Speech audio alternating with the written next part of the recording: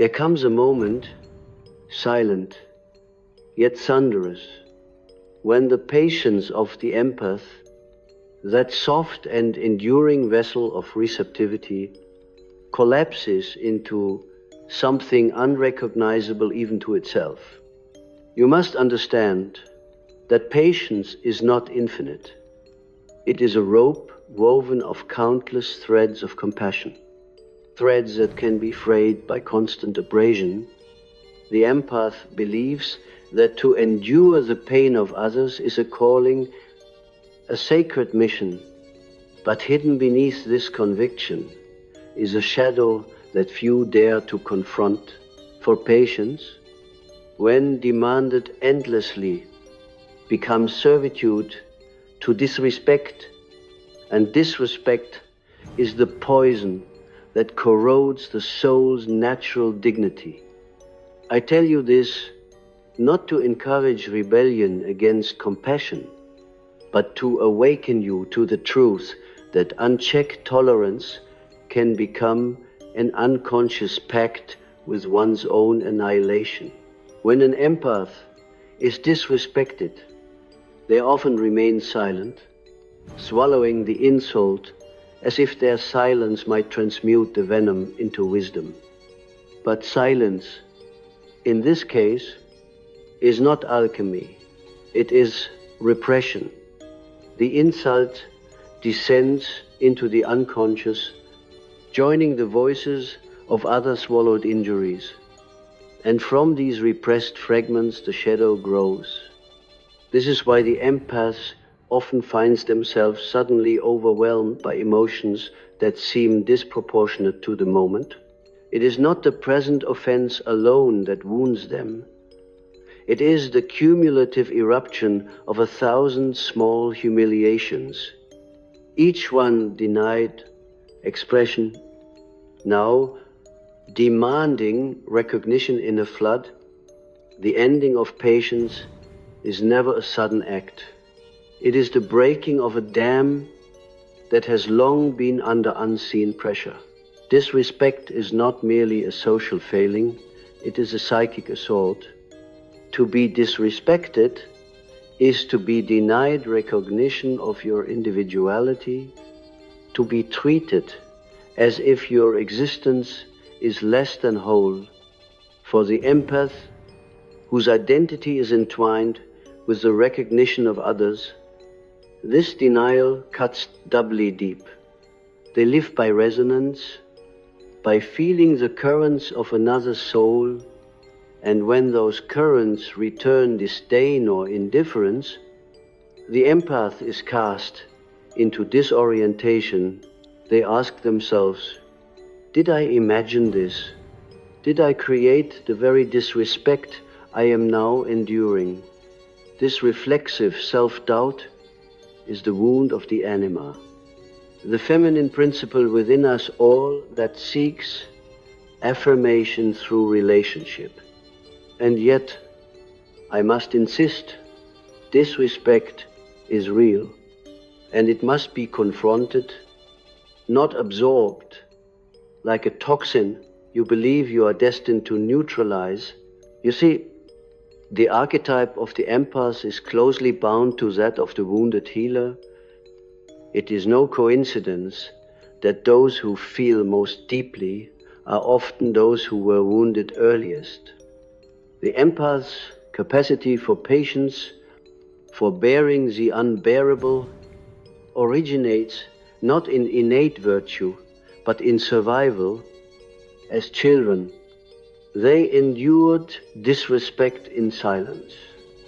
For to speak out was to risk abandonment, and abandonment to the child's psyche is equivalent to death. Thus, patience became armor, and silence became strategy. But armor worn too long fuses with the skin, and strategies of survival calcify into identities.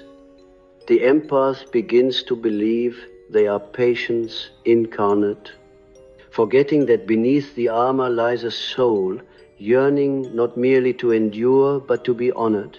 Dreams often betray this truth. An empath may dream of being trapped in a house that is not their own, surrounded by voices that demand attention, yet never listen in return. They may find themselves holding water in a sieve, endlessly pouring themselves out while never retaining nourishment. These dreams are not random. They are symbols of the psychic imbalance that results when patience is divorced from boundary. The sieve is the empath's energy, leaking without containment. The house is the collective psyche of others in which the empath is imprisoned. Only when such dreams are confronted with conscious reflection can the empath begin to see that their endurance is not divinity but compulsion, not grace but repetition of trauma. Now, when patience ends, what emerges is often shocking to the empaths themselves. Anger, raw and volcanic, surges through the carefully maintained surface. And here lies a paradox. The anger is not pathology, but medicine. It is the voice of the shadow, the guardian of dignity, finally breaking through the repression that has silenced it for so long. But because the empath has disowned anger, believing it to be unworthy of their gentle nature, they experience it as alien, even demonic. They say, "This is not me. I am not the one who burns with fury." And yet it is precisely them. It is the other half of their wholeness. The energy that has waited in exile to demand respect where patience alone has failed. The task, therefore, is not to banish anger, but to integrate it. To see that this respect cannot always be transformed by endurance. Sometimes it must be met by the fierce assertion of one's worth. In alchemical terms, the blackness of anger is the nigredo, the dark stage that precedes transformation. Out of that black soil, the gold of individuation can be born. The empath must descend into this darkness, into their own rage, not to be consumed by it, but to reclaim it as their rightful power. For in the unconscious lies the archetype of the warrior, and even the gentlest soul must awaken it when dignity is under siege. Consider how the archetype of Christ has been distorted in this regard. We see him as the lamb who endured insult and injury without protest. And indeed this is true, but we forget the Christ who overturned the tables in the temple, who with righteous fury expelled the money changers. The empath remembers only the lamb and represses the lion. And thus they become sacrificial victims in the temple of disrespect. Yet wholeness demands both. To handle disrespect is not merely to forgive, it is also to know when to assert, when to draw the line, when to declare, no more. The true Christ image contains both sacrifice and sovereignty, both patience and the power to confront. I say to you, the ending of patience is not the end of empathy. It is the rebirth of empathy into maturity.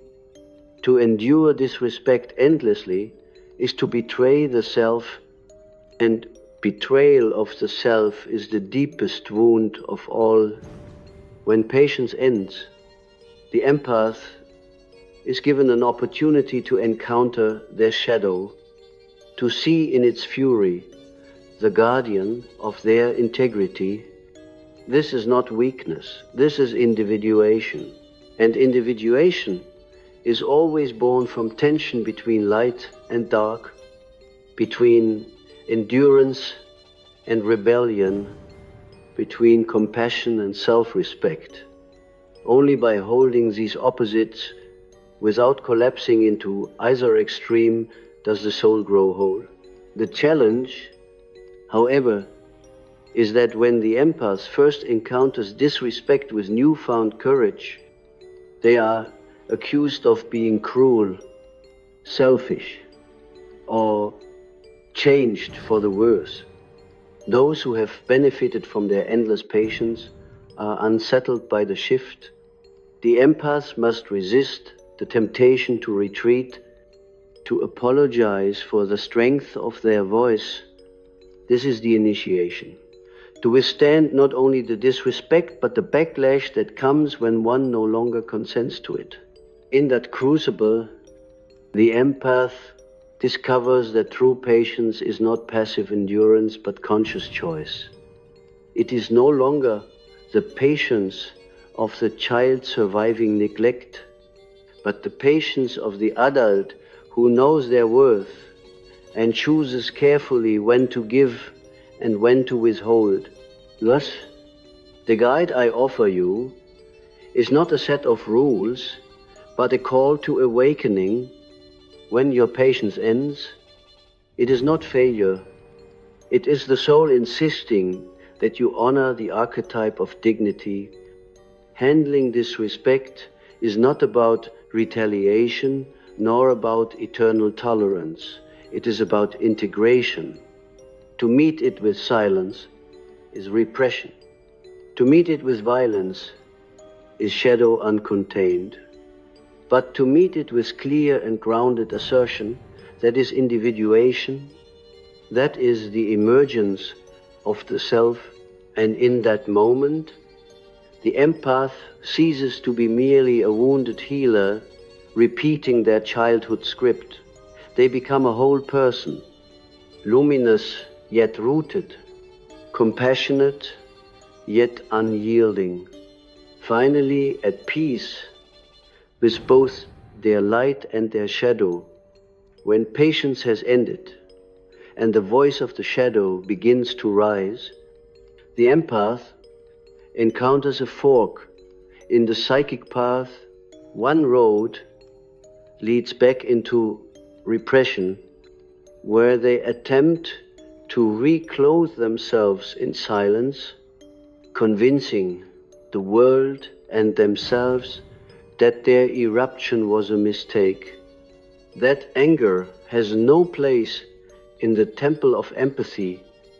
The other road, however, leads into the forest of individuation, where one must confront the wild animals of the unconscious, the dream figures who embody the very qualities long denied.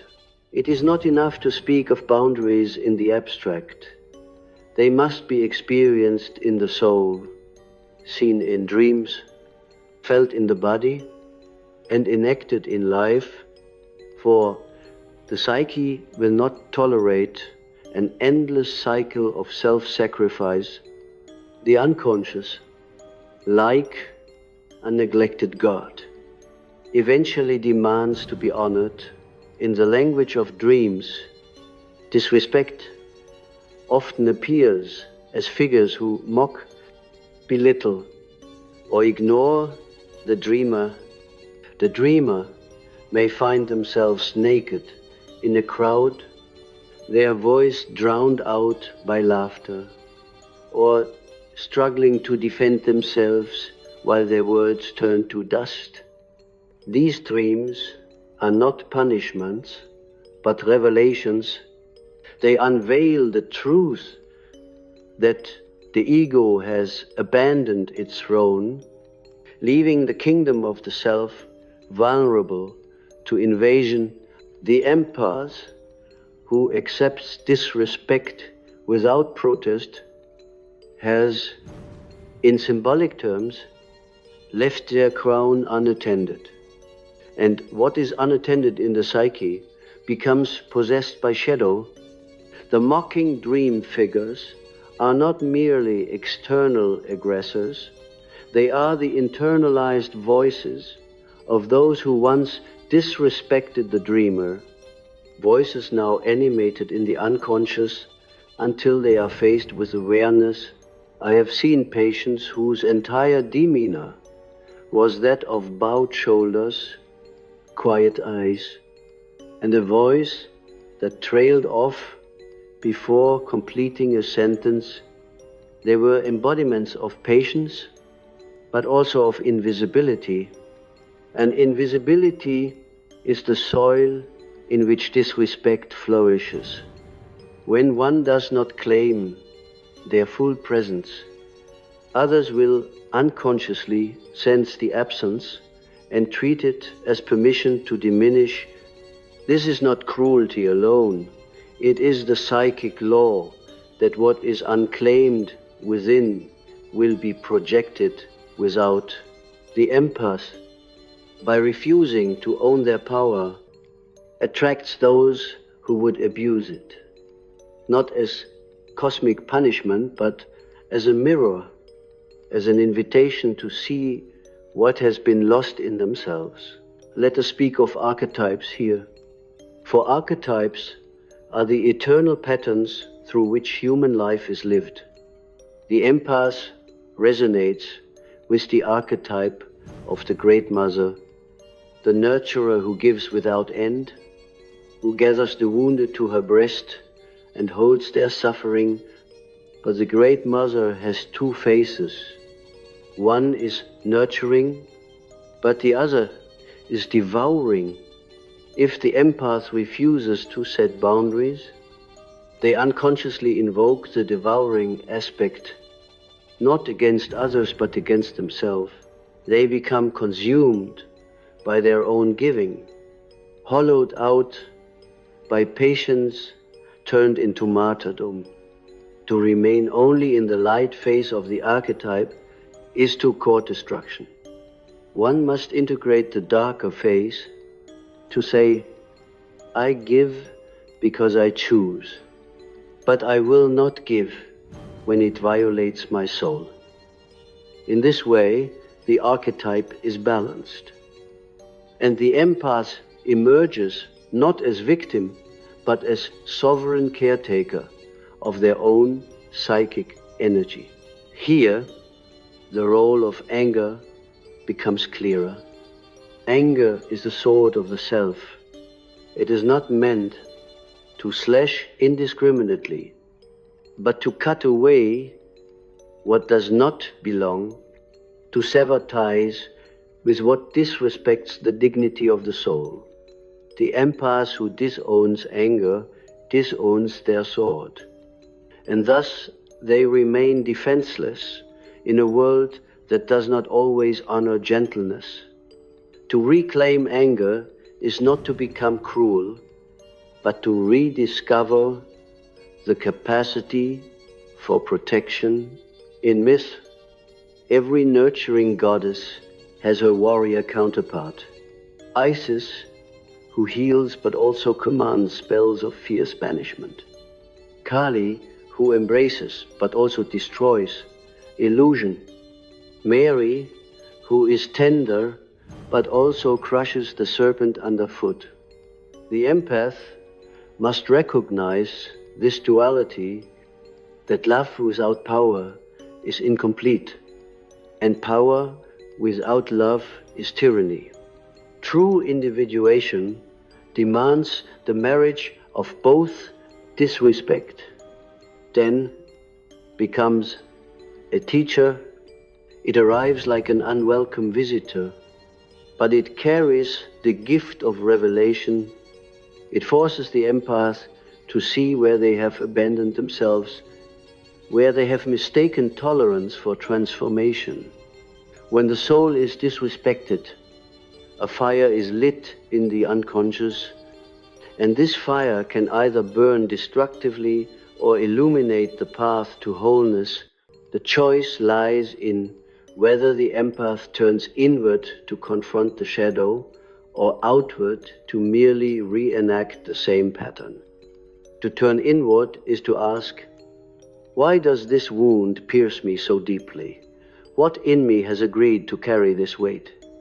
These questions do not absolve the offender, but they liberate the empath from endless repetition, for one cannot control the actions of others, but one can awaken to the archetypes that rule within. In the seminar halls of the psyche, I often hear the cry, but if I confront disrespect, will I not become what I despise? Will I not lose my empathy? This fear is understandable, for the empath identifies so completely with patients that they see any act of self-assertion as betrayal. But this is illusion. To assert oneself is not to abandon empathy. It is to give empathy a firm foundation. Only when the vessel is intact can it hold water. Only when the empath honors themselves can they truly honor others. Otherwise, their giving is but a disguised plea for recognition, a silent hope that their endurance will finally earn respect. Yet, respect cannot be earned through denial of the self. It must be claimed through presence of the self.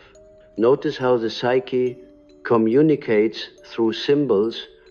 A patient once dreamed of carrying a fragile bird in their hands, protecting it from storms, feeding it crumbs from their own mouth. Yet, in the dream, the bird never grew stronger, never flew. The patient awoke, exhausted, realizing that their care had become captivity. This is the empath's dilemma: to protect so completely that the other never learns to fly, while the self grows weary from endless sacrifice. The dream revealed the shadow truth. Their patience was not love but fear. The fear that without their endurance they would no longer be needed. This is the secret wound of the empath patience as a disguise for terror of abandonment. When patience ends, this terror must be faced, and only by facing it does one discover that the soul does not depend on being endlessly needed, but on being authentically respected. The end of patience, therefore, is not collapse but initiation. It is the threshold where the empath ceases to be child and becomes adult in the psyche. The child endures disrespect because survival depends upon it. The adult confronts disrespect because dignity demands it. This transition is terrifying, for it feels like death, the death of the old identity, the death of the persona that was always agreeable, always kind, always the vessel of others' needs.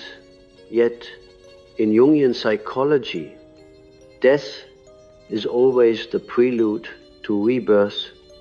The empath who dares to let their patients die is reborn into wholeness. They are no longer merely the healer. They become the integrated being who can nurture and protect, endure and resist, love and demand love in return. When you next encounter disrespect, I invite you to see it not merely as insult, but as mirror. It reflects the part of you that still hides your crown, that still doubts your worth, that still fears the power of your shadow. To handle it wisely is to stand tall in that moment, to let the voice of anger rise without drowning in it, to let the boundaries of selfhood emerge like the walls of a sacred temple. For every soul is a temple, and every temple requires both open doors for welcome and strong walls for protection. Without the walls, the temple collapses into rubble. Without the doors, it suffocates in isolation. To be whole is to hold both. Thus I say again, when the empath's patience ends, it is not failure but fulfillment. It is the psyche demanding completion, the shadow demanding to be seen, the self demanding to be sovereign. You are not abandoning empathy. You are liberating it from chains.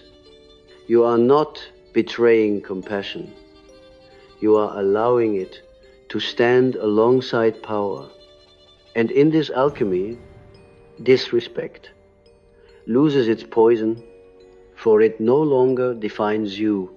You have faced it, you have integrated its lesson, and you have emerged not merely patient, not merely empathic, but whole.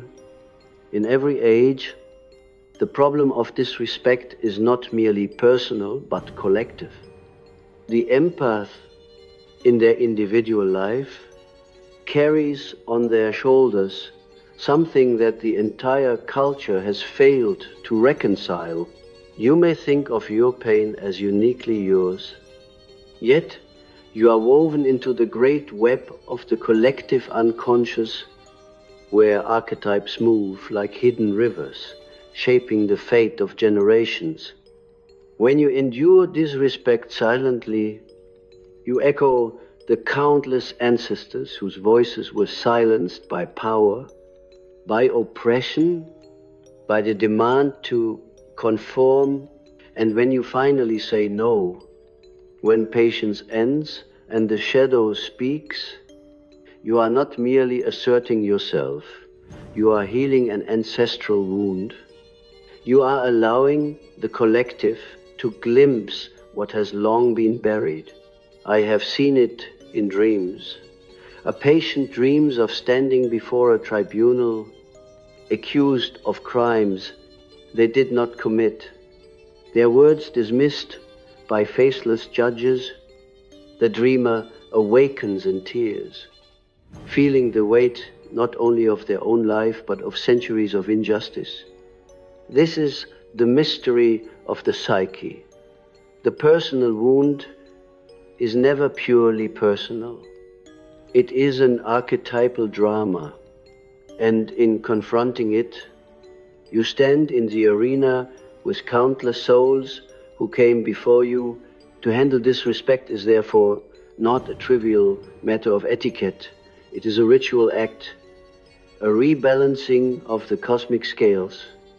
Every time you confront it with dignity, you participate in the restoration of order in the psychic cosmos. Let us not romanticize endurance. There is a difference between sacrifice that is freely chosen and sacrifice that is imposed by the disrespect of others. When you freely choose sacrifice for love, for creation, for a higher calling, it is noble and transformative. But when it is imposed through disregard, through denial of your humanity, it becomes corruption, a distortion of the archetype. The empath often confuses the two, believing that to endure even disrespect is somehow holy, but holiness does not consist in allowing the divine spark within you to be trampled. Holiness requires that you guard the flame, that you honor the soul's dignity, for it is through that flame that the self communicates with the world. Think of the archetype of the king or queen.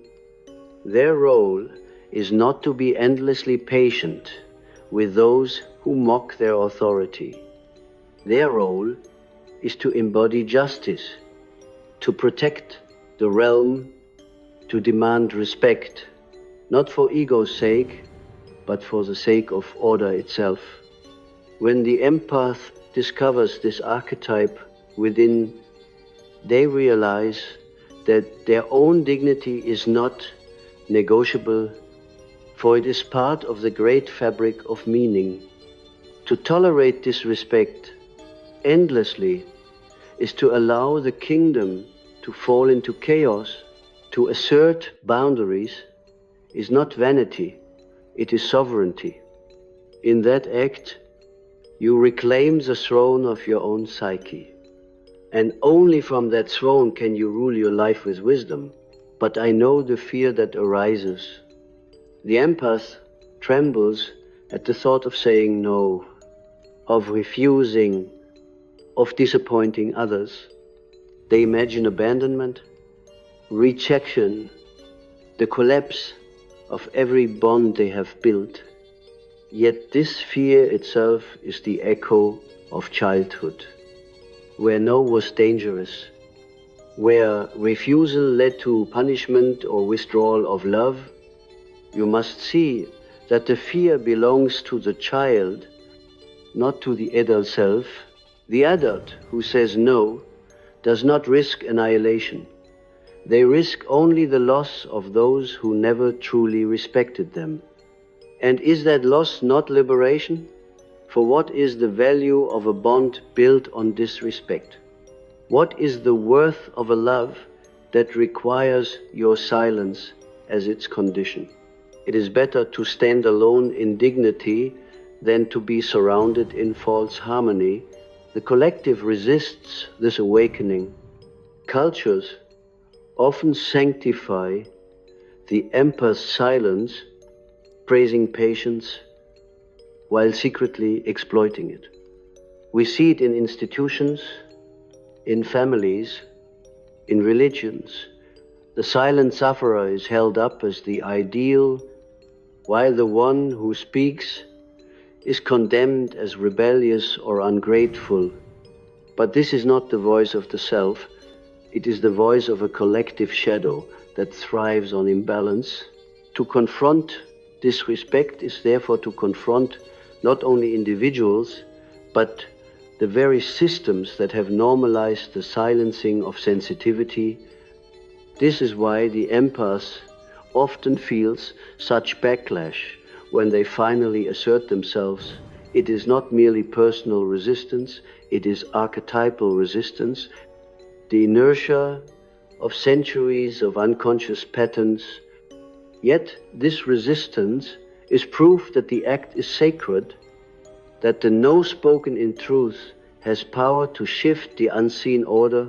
Saying no is not aggression. It is consecration.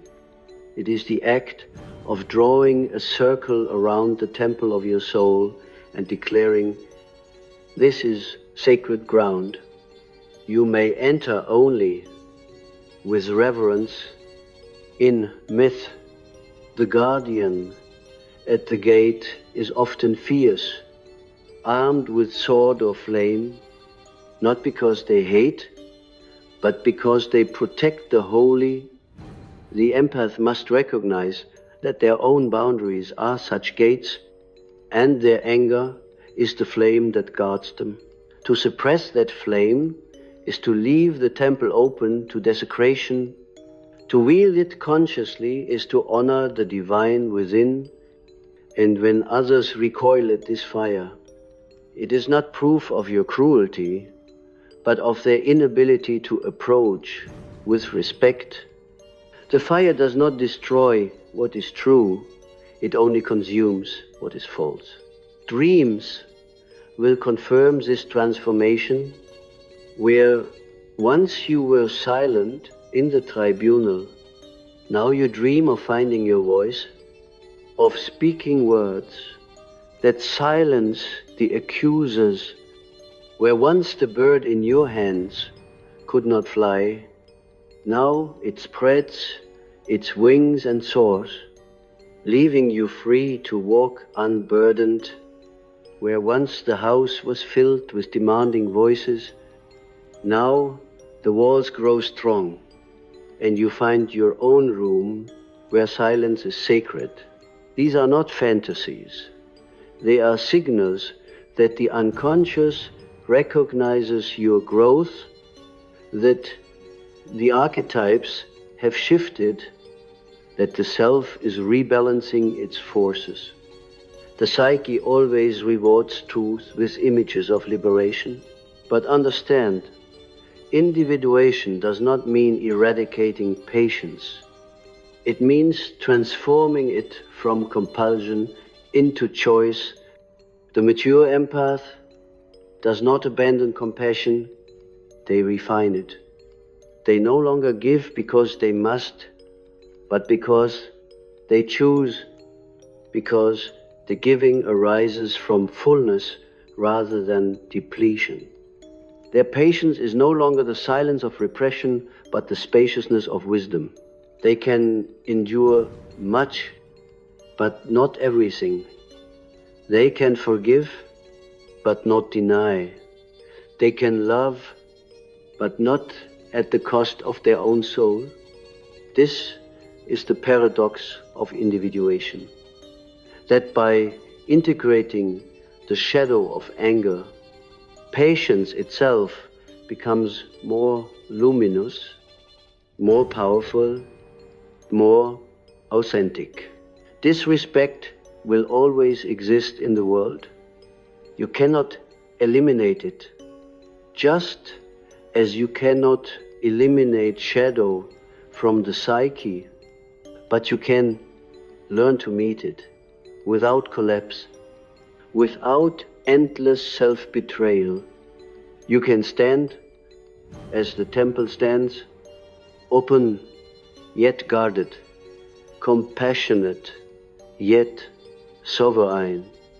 This is not a lesson of the mind alone, but of the whole soul. It must be lived in the body, felt in the tightening of the chest when you are dismissed, heard in the tremor of the voice when you finally say enough. Each of these moments is a sacred rite, a small death and a rebirth, an alchemical step in the great work of becoming whole. So I tell you, when your patience ends, do not despair. Do not apologize for the fire that rises in you. Do not retreat into silence once more. Listen to the shadow, honor the archetype, and let the self speak with authority, for in that moment you are not merely defending yourself, you are participating in the great drama of the psyche, where light and dark meet, where compassion and power embrace, where the soul becomes whole at last. The soul longs not only to endure, but to reconcile. When the empath finally speaks, when the silence fractures and the anger rises, there is often a wave of guilt that follows, a sorrow for having stepped outside the bounds of what was once considered virtue. You must understand that this guilt is not the voice of the self, but of the persona, the mask you have worn to survive. The persona whispers, you should not have spoken, you should have endured, yet the self says, you have remembered who you are. To handle disrespect is not to eliminate compassion, but to liberate it from compulsion, to allow forgiveness to flow where it is pure, while withdrawing it where it is demanded. As tribute, forgiveness has been misunderstood.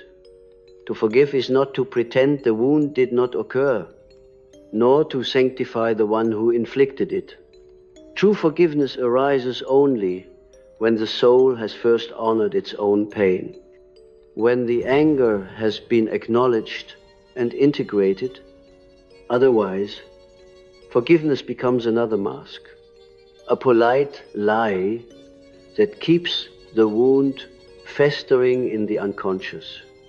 Many empaths confuse repression with forgiveness, believing that to bury their anger is to transcend it. But the psyche does not forget. What is unacknowledged returns, often in dreams, in symptoms, in the silent erosion of joy, Forgiveness without shadow work is self-deception. Only when you have stood in your own fire, only when you have faced the storm of your indignation, can forgiveness become truth rather than performance. This is why the ending of patience must be honored as sacred. It is the moment the empath stops rehearsing sainthood and begins living wholeness. Wholeness includes the capacity to say no, to walk away, to demand respect without apology.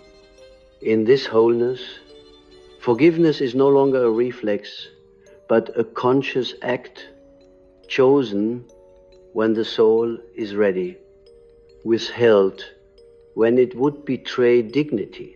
The Christ who forgives is also the Christ who overturns the tables. The Buddha who radiates compassion is also the Buddha who warns against ignorance. Light without shadow is illusion, and so too is patience without limit a distortion of virtue. Integration requires courage. The empaths must sit with their own anger, not as an enemy, but as a guide. Imagine descending into a cave where a wild animal waits. You have feared this beast for years, telling yourself it must never be seen, never be unleashed. Yet, when you finally approach, you discover its eyes are not cruel, but sorrowful. It has been chained by your fear, starved by your repression. It does not wish to devour you.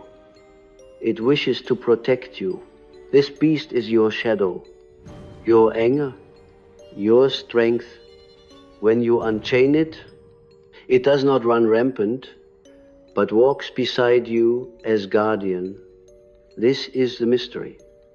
What you feared would destroy you was always meant to defend you, and what then becomes of disrespect? It no longer defines you. It becomes an event, not an identity. When someone mocks you, ignores you, dismisses you, you no longer collapse inward or explode outward. You simply see the projection at work, the archetype of the aggressor, the unintegrated shadow of the other, and from this seeing, you decide, does this soul merit your patience, your compassion, your time? Or does this moment call for departure, for a boundary, for a firm refusal? In this decision, you are free, no longer enslaved by the need to be endlessly patient, no longer bound to the wound of disrespect. You become sovereign, able to meet the world with open heart and guarded dignity. The collective fears such sovereignty, for it cannot exploit it. An integrated empath cannot be used as an endless source of supply. They cannot be silenced by guilt, nor manipulated by the threat of rejection. They carry within them the union of opposites, the gentleness of water and the fierceness of fire, the patience of the earth and the sharpness of the sword. Such souls disrupt systems of power built on exploitation. This is why the empath's awakening is not only personal but revolutionary. When one person says, "I will no longer accept disrespect," a tremor runs through the collective psyche, and others awaken to their own dignity. In this way, individuation becomes contagious, a spark that ignites the hidden fire in many. But let us return to the mystical, for the psyche, in its deepest layers, always reveals truth through images, through symbols that transcend mere words. When patience ends, dreams may shift dramatically. A dreamer who once stood voiceless before the tribunal now sees themselves holding a staff, speaking words that resound like thunder. A dreamer who once carried a sieve now dreams of a vessel of gold that holds water without spilling. These are the gifts of the unconscious, the confirmations that the self has taken root, that the archetypes are rebalancing. To honor these dreams is to honor the dialogue between ego and self, between conscious effort and unconscious guidance. Do not fear that you will lose empathy by embracing your power. On the contrary, empathy deepens, for now it is no longer tinged with resentment, no longer exhausted by repression.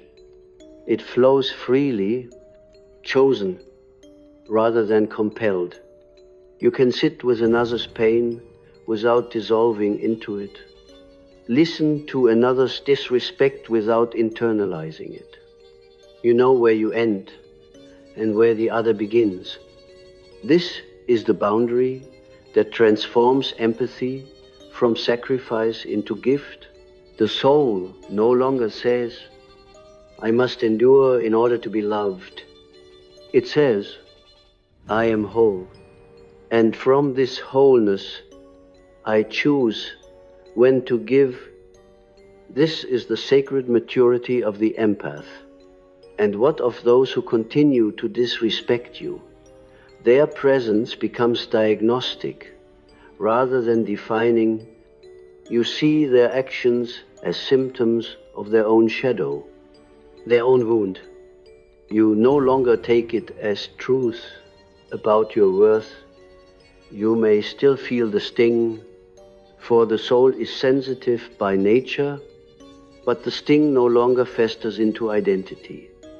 You respond, you set the boundary, you walk away if needed, and then you return to your center, unbroken.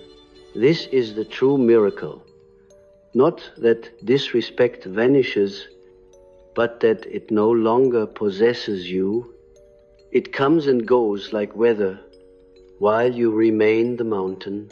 So when your patience ends, let it end without regret. Let the fire rise. Let the shadow speak. Let the temple walls be rebuilt. And from this place of strength, allow forgiveness when it flows naturally, but never force it as a mask. Trust that your soul is wiser than your fear, that it knows when to yield and when to stand, when to endure and when to declare the sacred no.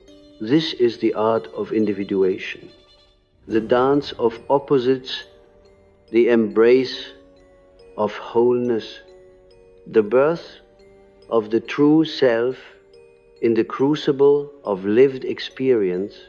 And I say to you finally, the empath's patience was never meant to be infinite.